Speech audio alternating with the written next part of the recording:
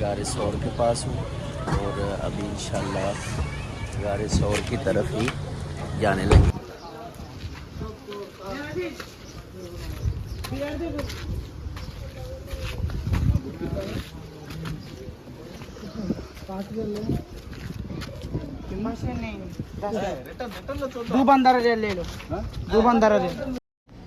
وہ یہ کہہ رہا ہے کہ 2 15 ریال کے لے لیں.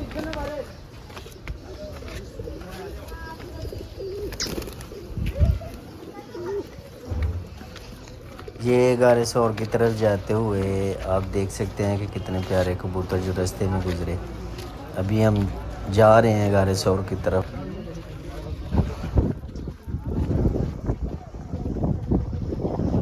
ہائٹ ہے بہت زیادہ اس کی ہائٹ ہے، بلکہ میں نے یہاں تک پڑھا ہے کہ اس کی ہائٹ ہے، غار کی جو ہائٹ ہے نا وہ 5460 فٹ اس کی ہائٹ ہے.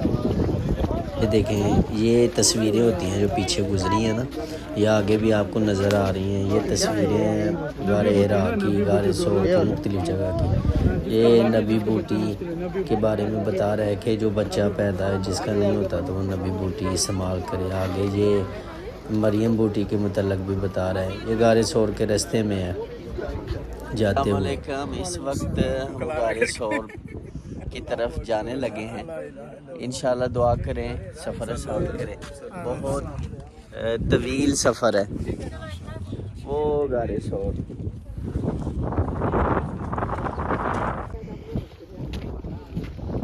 آپ ان رستوں کو دیکھ کے اندازہ لگائیں کہ یہ وہ رستے ہیں جہاں سے میرے آقا و مولا صلی اللہ علیہ وآلہ وسلم گزر کے گئے تھے.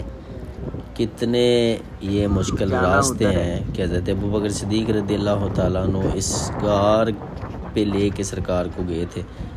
اس غار کو غار ثور کہتے ہیں. جہاں یہ جو آپ کو کبوتر نظر آ رہے ہیں یہ وہ کبوتر ہیں جس کبوتری نے انڈے دیے غار کے منہ پہ. تو ابو جہل نے دیکھ کے کہا کہ یہ اس غار میں نہیں گئے، اگر جاتے تو کبوتری کے انڈے گرتے، جالا ٹوٹتا. تو علماء فرماتے ہیں کہ ابھی تک اس کبوتری کی نسل باقی ہے.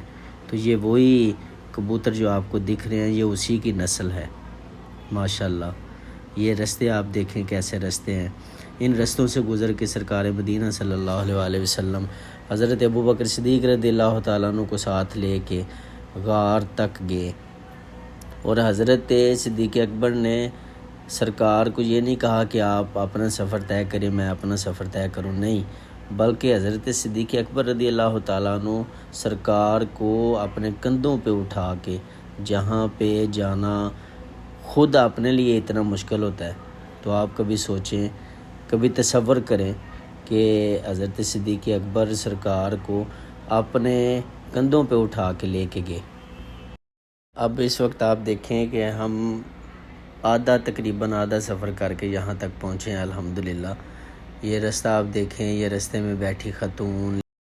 ان رستوں سے چل کے میرے ذہن میں ایک بات یاد آ رہی تھی، مجھے ذہن میں آ رہی تھی کہ راستے صاف بتاتے ہیں کہ آپ آتے ہیں. یہ جو آپ کو رستے میں دکھائی دیں گے کچھ پڑے ڈبے جن میں پیسے پڑے ہوتے ہیں، یہ اوپر لوگ جو کام کرتے ہیں تھوڑا بہت رستہ بناتے ہیں، صاف صفائی کا خیال رکھتے ہیں، تو ان کے لیے لوگ ہدیے کا انتظام کرتے ہیں، 1-2 ریال رکھ دیتے ہیں.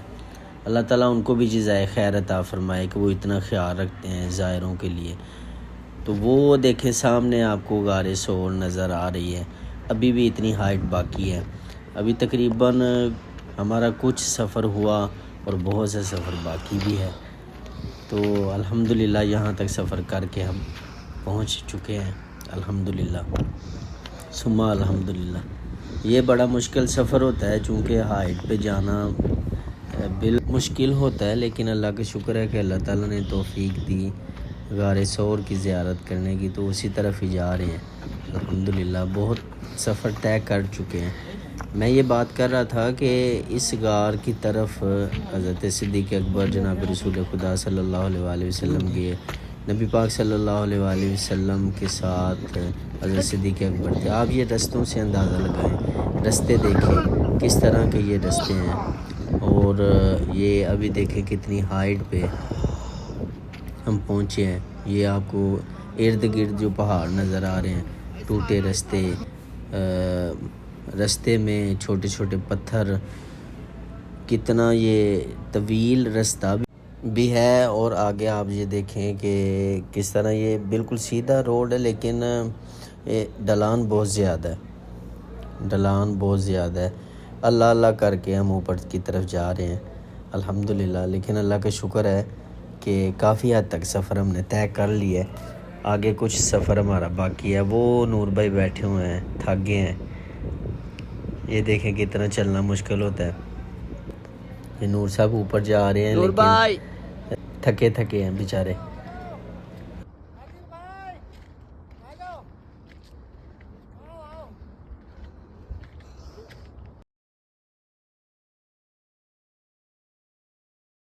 نور عالم صاحب کھڑے ہیں، ان کے ساتھ ایک ڈھابا نما ایک دکان ہے جہاں سے آپ کو پانی وغیرہ کی ضرورت پڑے، کچھ کھانے کے لیے کوئی ضرورت اتنے راستے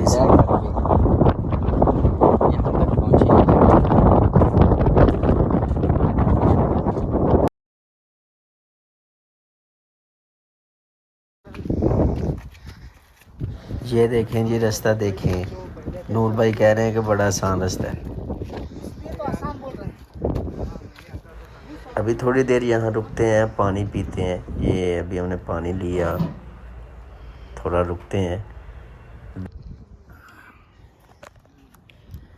یہ ایک ڈھابا ہے جہاں پہ تھوڑی دیر کے لیے بیٹھے ہیں. نبی پاک صلی اللہ علیہ وآلہ وسلم کا فرمان ہے کہ جب تم ہائٹ پہ چڑھو، اونچائی کی طرف جاؤ، تو اللہ کا ذکر کرو، اللہ اکبر کی صدا بلند کرو، وہی بڑا ہے. راستے میں دیکھیں یہ نئی بھائی بیٹھے سانس لے رہے ہیں. یہ دو پہاڑ آپ کو نظر آ رہے ہیں، اس دو پہاڑوں کے درمیان تھوڑی دیر رکیں، سانس لیں، ٹھنڈی ہوا بھی چل رہی ہے الحمدللہ. جی راستے میں یہ آپ کو ایک دو پہاڑ نظر آئیں گے، ان کے نیچے کافی زیادہ جگہ ہوتی ہے، اس پہ آپ ٹھہر سکتے ہیں. یہاں پہ میں تھوڑی دیر کے لیے رکا ہوں، ٹھنڈی ہوا چل رہی ہے. اور آپ دیکھیں میں کتنی ہائٹ. جی آپ دیکھیں کہ یہ بلی آرام کر رہی ہے راستے میں. پاکستان میں اس طرح آرام کر رہی ہوتی تو بلی کو کب کا کسی نے اٹھا کے بگا دینا تھا.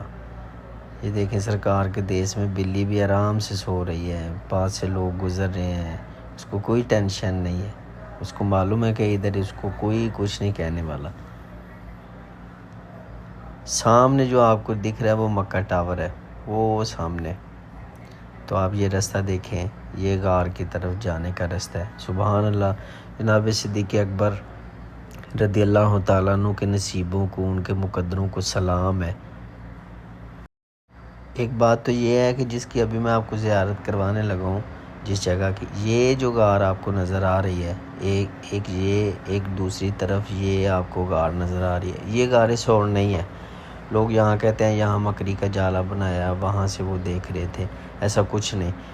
ابھی جو میں آپ کو غار دکھا رہا ہوں. السلام علیکم. چلیں یہ بھی مکالمہ نکال دیتے ہیں. اچھا اکثر لوگ جو آتے ہیں وہ کہتے ہیں کہ یہ غار ہے، حالانکہ یہ غار نہیں، غار سور وہ ہے جو پیچھے ہے. وہ بھی میں آپ کو بتا دیتا ہوں کہ وہ کون سی غار ہے جس میں نبی پاک صلی اللہ علیہ وآلہ وسلم ٹھہرے تھے. اکثر حجاج کرام کو اس بات کی غلطی لگتی ہے، چونکہ بتانے والا کوئی نہیں ہوتا، اس وجہ سے. جی یہ غار ہے جس میں یہ اماں جا رہی ہے نا، ایک بڑی عورت جا رہی ہے. یہ وہ غار ہے جس غار میں جناب رسول خدا صلی اللہ علیہ وآلہ وسلم تشریف فرما ہوں. میں اس غار میں ہوں جس غار میں نبی پاک صلی اللہ علیہ وآلہ وسلم اپنے یار غار کے ساتھ، حضرت صدیق اکبر کے ساتھ اس غار میں تشریف لے کے آئے. اس جگہ پہ سرکار مدینہ صلی اللہ علیہ وآلہ وسلم نے آرام فرمایا. میں جس جگہ پہ بیٹھا ہوں، آپ کو میری بیک سائڈ پہ ایک شخص کھڑا دکھائی دے رہا ہوگا. اسی جگہ پہ وہ سانپ کا سوراخ ہے، جس جگہ سے سانپ نکلا اس نے حضرت صدیق اکبر رضی اللہ تعالیٰ عنہ کو ڈسا، جس سے آپ کو بہت زیادہ تکلیف پہنچی. لیکن تکلیف کے باوجود بھی حضرت صدیق اکبر نے آپ کو نیند سے بیدار نہیں کیا. ایک راستہ اندر آنے کا، دوسرا یہ چھوٹا سا راستہ بنایا ہے جس سے میں اب باہر نکلنے لگا ہوں. یہ چھوٹا راستہ، اس کا مطلب یہ ہے کہ آپ ادھر سے باہر نکل سکتے ہیں. یہ ہے جی غار سور. کا دوسرا حصہ جہاں سے میں داخل ہوا وہ نہیں، یہ چھوٹا جہاں سے میں نکلا تھا یہ وہ رستہ ہے۔ اب میں دوبارہ ادھر سے داخل ہو کے آپ کو اندر کی زیارت کرواؤں گا اور وہ جگہ دکھاؤں گا جس جگہ پہ حضرت صدیق اکبر نے ایڑی رکھی۔ یہ وہ جگہ ہے جس جگہ پہ حضرت صدیق اکبر نے ایڑی رکھی، یہاں سے سانپ نکلا اور آپ کو اس نے ڈسا، آپ زخمی ہوئے، لیکن اس کے باوجود بھی حضرت صدیق اکبر رضی اللہ تعالیٰ عنہ نے سرکار مدینہ صلی اللہ علیہ وآلہ وسلم کو نیند سے بیدار نہیں کیا۔ واہ صدیق تیری عظمت کو سلام ہے اللہ سے۔ پھر ایک مرتبہ دیکھ لیں کہ یہ وہ جگہ ہے جہاں سے سانپ نکلا تھا۔